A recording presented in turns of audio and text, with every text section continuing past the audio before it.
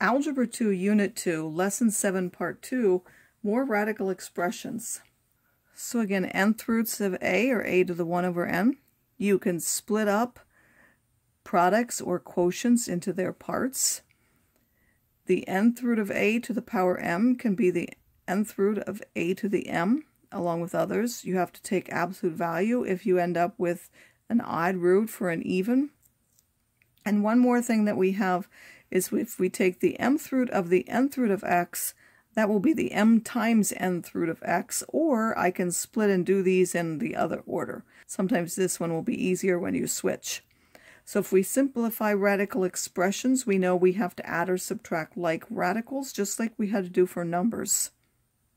So these each have an xy underneath the cube root. So there are 14 here, there are 3 here, there's a total of 11 cube roots of xy. Again, you may not always notice them, just like you didn't with numbers. So you have to split them up and simplify them first. These are not simplified. 48 is 2 to the 4th times 3. And then there's a y squared and a y. Again, we're looking for powers that are multiples of 2. Then we have a 2. This is 2 squared times 3. And then this is again y squared times y. We can take the square root. We can take the square root of these. Those are the ones that will come out. 16 comes out as 4. 4 times 3 is 12. Y squared will be y. And then this is the square root of 3y. This comes out as 2. 2 times that gives me 4. This comes out as y. And then I'm left with the square root of 3y. These are now like radicals. I have 12y minus 4y is 8y. Square roots of 3y. And because these were odd, I needed to have y bigger than or equal to 0. We can rationalize a denominator like we did before. If it's a binomial, we have to multiply by the conjugate. If it's just a single term, we need to complete a power of or multiple of 3. So this has 4 x's. The next multiple of 3 is 6. We need to multiply by 2 more on the top and the bottom. This needs to be distributed to each term. The first one will just give me 8 cube roots of x squared, and then this is the cube root of x cubed, which will just give me x. This is now the cube root of x to the 6. You take the 6 and divide by 3, will give me x squared. For a binomial, you multiply by its conjugate on the top and the bottom. On the top, you're going to use FOIL. On the bottom, you're going to use FOIL. 5 times 3 is 15. 5 square roots of x. 3 square roots of x. Square root of x times square root of x is just x. It's really the absolute value of x, but x has to be positive here because it's underneath the square root sign. I don't need that. Then 3 times 3 is 9, and then this will again give me x. The top, I can combine those because they're like radicals. I will end up with 8 square roots of x. And finally, we want to use more with rational exponents, and we want to be able to switch between them when we have variables. So if we have x to the 2/7, remember that's the 7th root of x squared because we can take this one, which is in the denominator, that's the root. The numerator becomes the power of x inside. Or we can take the 7th root of x and then square that. For a negative, it has to go to the bottom as 1 over y to the 9/5. The 9 would then be on the inside, and then the 5th root is the one that goes on the outside, which we could also write this way. If we have a decimal, we have to change that to a fraction, so it will only work if it's a decimal that we can change to a fraction. And then this is square roots, so we don't write the 2, we put the square root of d to the 7th. You can take the square root first and then raise to the power of 7. For the square root of 7x cubed, we can write that as a rational exponent. We know we have to take that root for each one, so that would become this as well. Again, we're just trying to give different forms. We're switching between forms, and then we're trying to give another equivalent for that. If I'm switching to radical form, then I want another equivalent radical form. If I'm switching to exponent form, then I want another equivalent exponent form.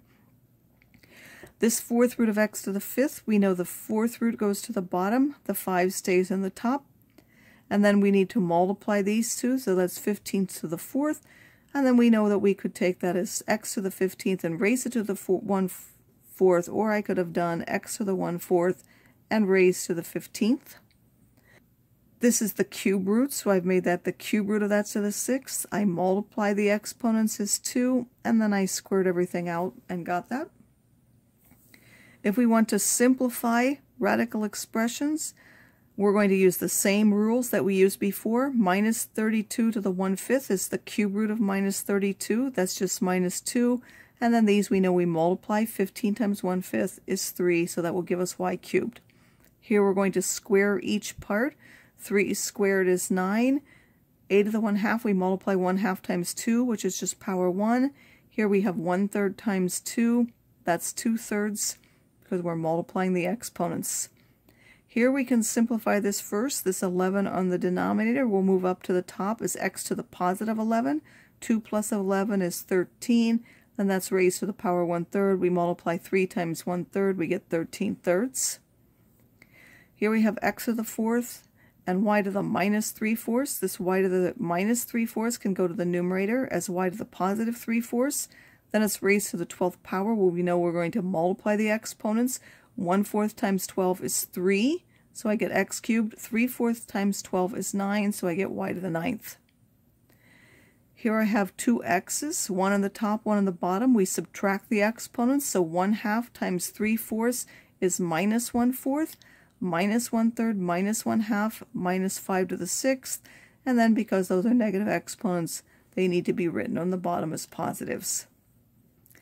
Here we have each one of these to the 1/2, so we know we're going to take the half, or the square root of each one. The square root of 16 is 4, the square root of 81 is 9, 14 times 1/2 is 7, so that would be x to the 7th, y to the 1/2 would be 9th.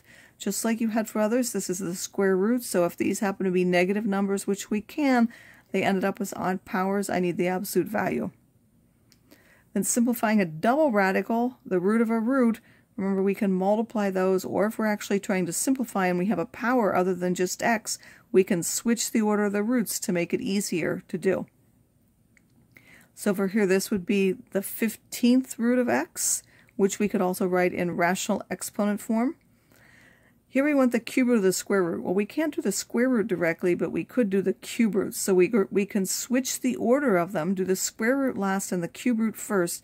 The cube root of x to the 9th is just x cubed, and then take the square root, which would be x to the 3/2.